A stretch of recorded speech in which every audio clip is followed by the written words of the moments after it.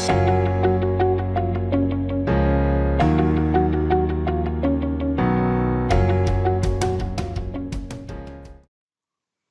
हम आ गए हैं मॉडल एक्टिविटी टास्क, जो कि है परिवेश विज्ञान यानी साइंस क्लास 7 का। तो यहाँ पे पहला क्वेश्चन जो पूछ रहा है, किसी वस्तु का तापमान अगर 40 डिग्री सेल्सियस हो तो फ़ारेनहाइट स्केल में उसका माप कितना होगा। तो हमें पता है तापमान को दो स्केल में हम व्यक्त करते हैं, एक है सेल्सियस, दूसरा है फ़ारेनहाइट। तो इसको हम सॉल्व कर लेते हैं। Question number 1। तो यहाँ पे सबसे पहली बात जो हमें याद रहनी चाहिए वो है फॉर्मूला यानी सूत्र।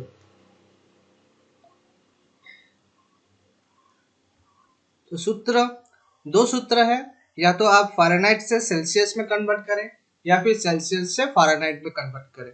तो यहाँ पे degree Celsius equals to 5/9 degree Fahrenheit minus 32।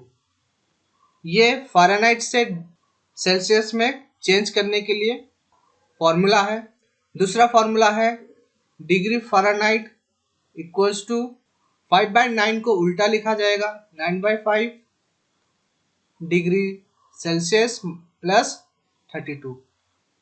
तो क्वेश्चन यहाँ पे क्या दिया है, 40 डिग्री सेल्सियस। तो सेल्सियस को फ़ारेनहाइट में अगर चेंज करना है तो कौन सा फॉर्मूला यूज होगा, सेकेंड वाला फॉर्मूला। तो फॉर्मूला लिख देते हैं, F equals to 9/5 degree Celsius plus 32, यानी मान बिठाएंगे तो 9/5 सेल्सियस कितना दिया गया है, 40 डिग्री प्लस 32। तो अभी F का मान क्या होगा, 9 × 40 divided by 5 plus 32।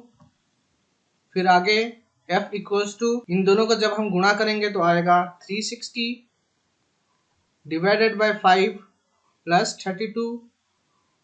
F equals to, अभी इनको अगर हम काटेंगे तो ये आएगा 72 प्लस 32 और final answer F equals to, इन दोनों को प्लस करने पर 104।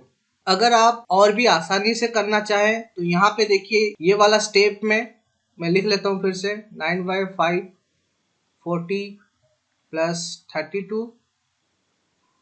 तो ये दोनों के बीच गुणा है, तो आप 5 को और 40 को काट सकते हैं। तो आपके पास क्या आ जाएगा, कुछ इस तरीके से 9 × 8 प्लस 32। इन दोनों को जब हम गुणा करेंगे तो 72 प्लस 32 इक्वल्स टू 104। अब चाहें तो ये तरीका भी यूज करें ये स्टेप के बाद, या फिर ये तरीका भी यूज कर सकते हैं। क्योंकि ये फ़ारेनहाइट में आंसर आया है तो डिग्री देना अनिवार्य है। क्वेश्चन नंबर 1 हम यहाँ पे कर चुके हैं। अभी हम चलते हैं क्वेश्चन नंबर 2 पे। यहाँ पे बोला जा रहा है मैरास्मस रोग के लक्षण क्या है। एक्चुअली ये मैरास्मस नहीं, मैरास्मस होगा, मैरास्मस। तो मैरास्मस रोग के लक्षण कुछ इस प्रकार के हैं। सबसे पहले, शरीर की मांसपेशी को अत्यधिक नुकसान पहुंचता है। पॉइंट नंबर 2, हड्डी बाहर से स्पष्ट दिखाई पड़ता है। पॉइंट नंबर 3, चमड़ा जगह जगह से सिकुड़ जाता है। और पॉइंट नंबर 4, हाथ पैर बहुत पतला हो जाता है। क्वेश्चन नंबर 3 में बोल रहा है कॉपर सल्फेट को अगर हम पानी में घोलकर उस द्रव्य में, तो उसमें अगर हम एक लोहे की कील को डाल देंगे तो कुछ देर बाद क्या परिवर्तन होगा, ये पूछा गया है। और इस तरीके का जो परिवर्तन है, जो क्रिया हमें दिखाई देगी, उसको क्या कहा जाएगा। और साथ ही साथ इस प्रक्रिया जो होगा उसका समीकरण हमें बताना है। सबसे पहले हम ध्यान देते हैं कि परिवर्तन क्या क्या होगा। तो पॉइंट नंबर 1, नीला थेटा यानी कॉपर सल्फेट के द्रवण से कुछ तांबा आकर लोहे की कील पर लाल बादाम आवरण निर्मित करेगा। पॉइंट नंबर 2, लोहे के कील से कुछ लोहा उस द्रवण में कम मात्रा में घुल जाता है जो कि खाली आंखों से दिखाई नहीं पड़ता। सेकंड पूछा गया था समीकरण है Fe प्लस CuSO4 जो कि होगा FeSO4 प्लस Cu। तो यहाँ पे ये समीकरण पे अगर आप ध्यान दें तो सबसे पहले Fe कहलाता है फेरम यानी लोहा। ये पार्ट कॉपर सल्फेट है।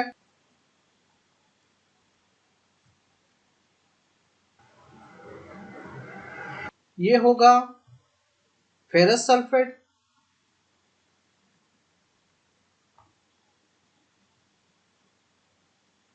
और ये है कॉपर।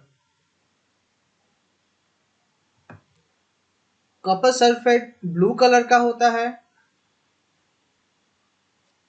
रिएक्शन होने के बाद जो फेरस सल्फेट है ये ग्रीन कलर हो जाएगा और जो कॉपर है ये हमें ब्राउन कलर का मिलेगा। अभी देखते हैं प्रतिक्रिया। इस तरह की प्रतिक्रिया जहां एक तत्व दूसरे तत्व के यौगिक से उसे निकाल कर उसका स्थान ले लेता हो उसे प्रतिस्थापन प्रतिक्रिया कहते हैं। यह है फाइनल आंसर क्वेश्चन नंबर 3 का। क्वेश्चन नंबर 3 हम यहाँ पे कर चुके हैं। अभी चलते हैं क्वेश्चन नंबर 4 में। तो क्वेश्चन नंबर 4 यहाँ पे पूछ रहा है कि तुम्हारे शरीर से किस किस तरह से जल बाहर होता है या निष्कासित होता है। तो इसका आंसर देखेंगे। हमारे शरीर से जल निम्नलिखित रूप से बाहर निकलता है, जैसे पॉइंट नंबर 1 मल से, पॉइंट नंबर 2 मूत्र, फिर आंसू, पसीना, उल्टी, थूक आदि। ये होगा हमारा सही आंसर। यहीं पे कंप्लीट होता है क्लास 7 साइंस का model activity task paper 1। Paper 2 के साथ हम जल्द मिलते हैं।